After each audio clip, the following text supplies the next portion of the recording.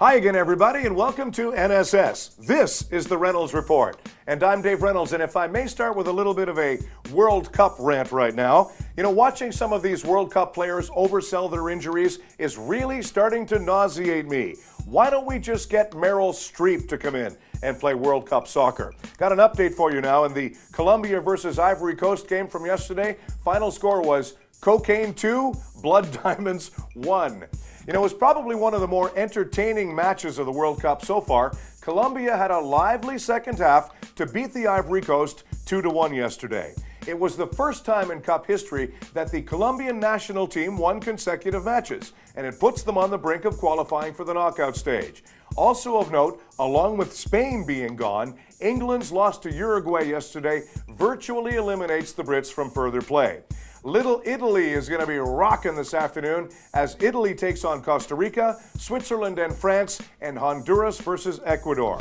All right, still with soccer, the new Orlando City team is set to enter Major League Soccer with a major international star on its roster.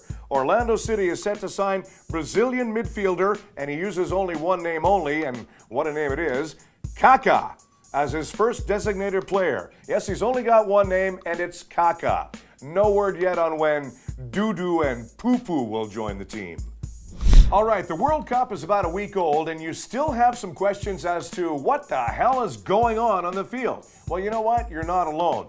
For many North American sports fans, some of whom are pretty new to the game, especially following the U.S.'s epic win over Ghana on Monday night, the game of soccer continues to be somewhat confusing.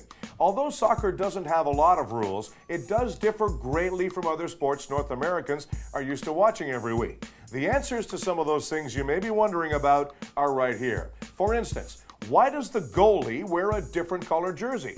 Well, the goalkeeper on both teams wears different colors than his respective teammates as to distinguish himself from his teammates and the other players on the field according to FIFA rules.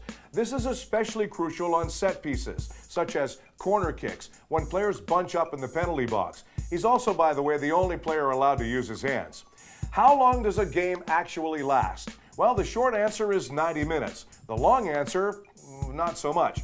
Matches do last 90 minutes on a clock that counts up. The clock also never stops.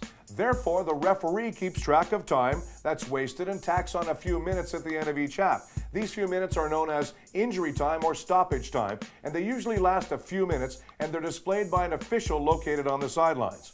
Why are there no commercials in soccer? Well, there are no breaks in soccer, including timeouts. Each half lasts 45 minutes with a 15-minute break in between. Therefore, there's no time for commercials like in American sports. All right, next. What's considered out of bounds in soccer? Well, unlike basketball, for instance, players can step out of bounds in soccer as long as the ball remains in play.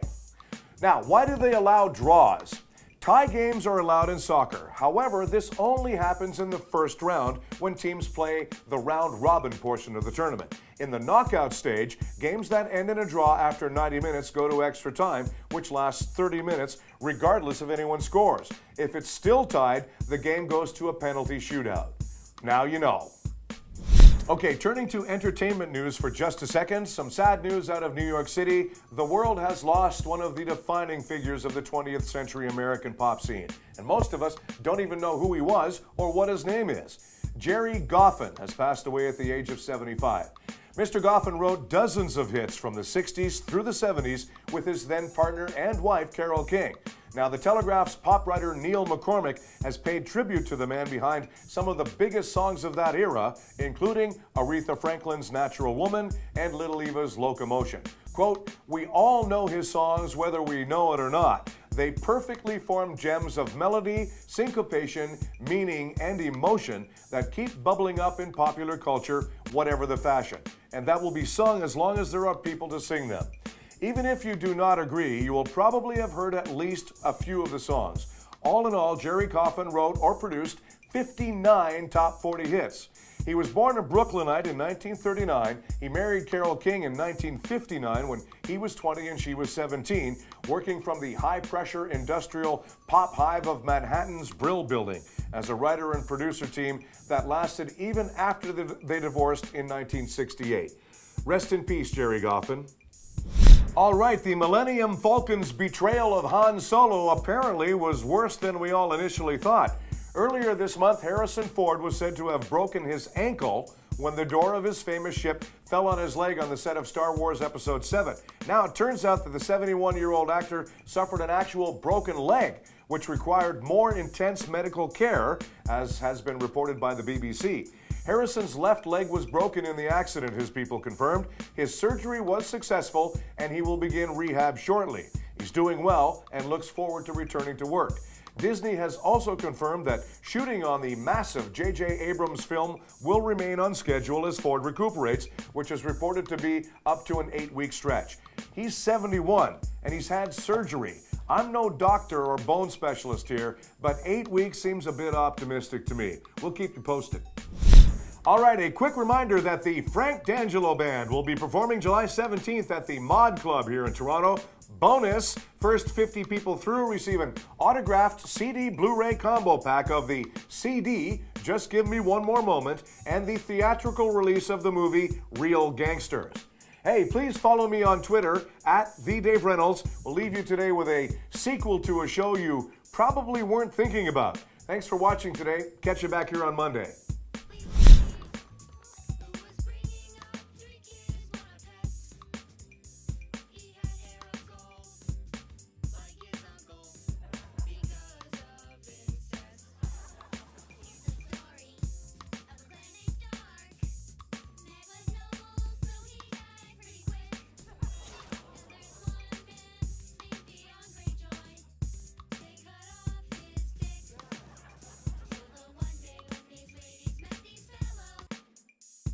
Actually making me sick to my stomach.